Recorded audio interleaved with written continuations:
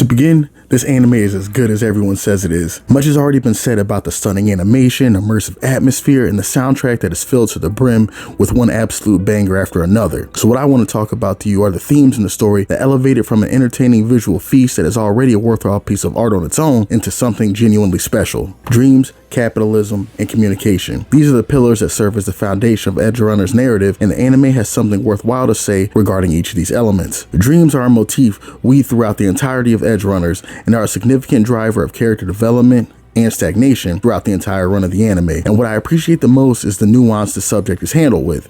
It isn't a simple message like follow your dreams and everything will be alright. Edgerunners explores how often the dreams people chase are not their own, and the price of this pursuit can be vast and merciless. Our main character David is a case study in how trauma can permanently warp a young mind. David's traumatic experiences began long before his mother's death. Surviving in Night City itself is a traumatic experience where innocence and naivety are quickly swallowed whole. As a young man or woman growing up in an environment like this, you have one of two choices: relinquish your innocence and adapt, or become yet another victim of the streets. David's mother understood this truth deeply and worked hard to give her son the opportunity to escape the cycle. She wanted him to attend a good school so he could get a nice corporate job and live comfortably. It was her dream for David. That's exactly it. As benevolent as it was her dream. As an audience, we are made to realize very early on that David hates school and living a cushy corporate life has never been his real desire. David is intelligent, and the callousness he has observed from the corporate elite in both school and in the world has inculcated within him a deep hatred of corpos. David is young and is still figuring out what exactly it is that he wants in the world, but unfortunately, Night City has different plans, and with the premature death of his mother, the resulting grief and guilt David feels as he attempts to process the unthinkable situation leaves a permanent scar on his psyche. Although his body may mature as time goes on, a part of David died in that car with his mother and has left him in a sort of arrested development. He never completely matures past this moment in his late teens, and is through no fault of his own. He was never allowed a chance to process or heal from this event, and in the moments where he is most vulnerable and his guard is down, David thinks on his mother's dream for him, and his heart aches with the inability to fulfill her final wish. And just when David thought that he found a mentor slash father figure in Maines, he becomes a victim of Night City as well.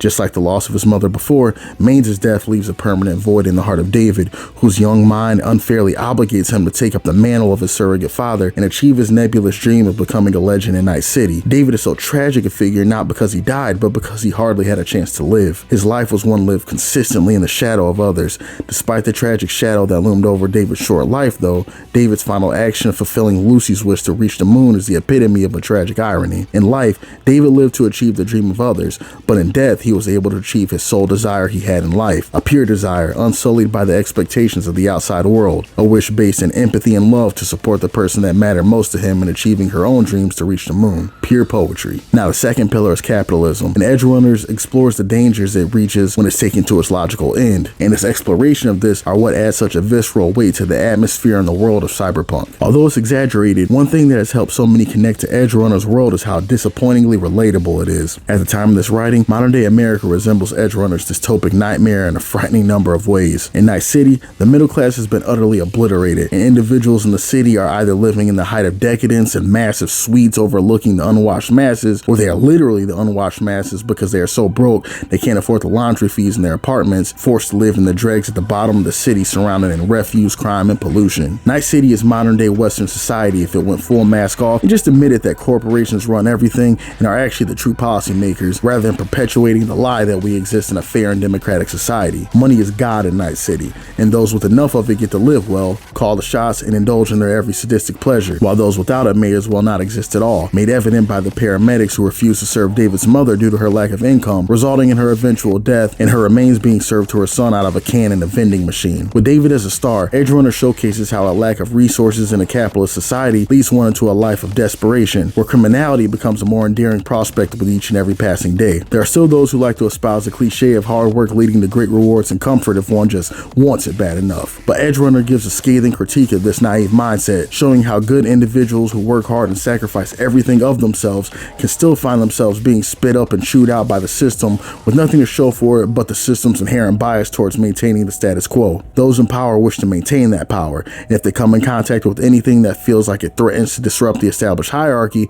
punishment will be swift and absolute. This unyielding gatekeeping of wealth and resources leaves individuals on the fringes of society to find more creative ways to make it up the ladder themselves, since the traditional way sold to them has proven remarkably impotent. Crime isn't a marker of moral deficiency as much as it is a requirement for those who have not been given access to fair opportunities, and the cold irony of all this is that the severe economic discrepancies in Night City have led it to becoming a bastion of diversity. People quickly come to realize that things such as skin color, religion, and sexual preference matter drastically little in the face of real, practical, day-to-day issues such as housing inequality and regularly questioning where your next meal is going to come from. Wealth, or the lack of it in many cases, is the great equalizer, and corporations are either your god or devil depending on what side of the tracks you find yourself on. Our final pillar is communication, represented most powerfully by David and Lucy. I don't exaggerate when I say that the narrative plays out in an almost perfect mirror of a Greek tragedy, and as every character in the Greek tragedy needs their tragic flaw, David and Lucy have their inability/refusal to communicate to meet this requirement. So many of David and Lucy's tragic moments could have been prevented if the two of them just sat down and talked, but just like in real life, things are rarely this simple. We all bring our own personal baggage into relationships,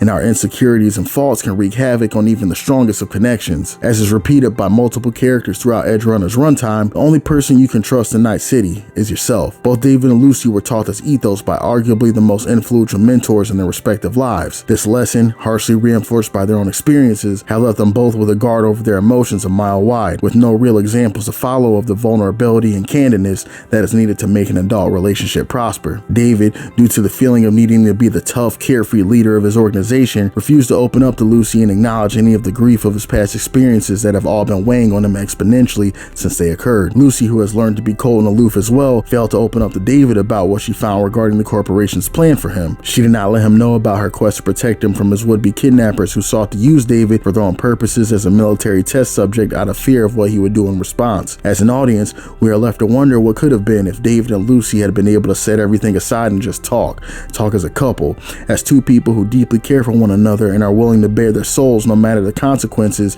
if it means keeping the other safe. But the unfortunate reality is that this simply would never have been, not with everything the two of them had been through. They were simply two kids who were victims of circumstance that forced them to grow up too soon, without giving them the proper tools to navigate the world as a well-developed and healthy adult. They both interacted with the world the best they could in the only way they knew how, with those lessons being entrenched in them just a little too late to avoid inevitable tragedy. It is rare that something as sincerely good as Cyberpunk Edgerunners gets the attention that it deserves. Big thanks to Studio Trigger and everyone involved in making what I am calling a modern-day masterpiece. Don't let the hype cause you to miss out on one of the most beautiful and thoughtful pieces of fiction to come out in recent memory. Grab your Chrome, call up your chooms, and jack into Cyberpunk Edgerunner, an anime you're not gonna want to miss.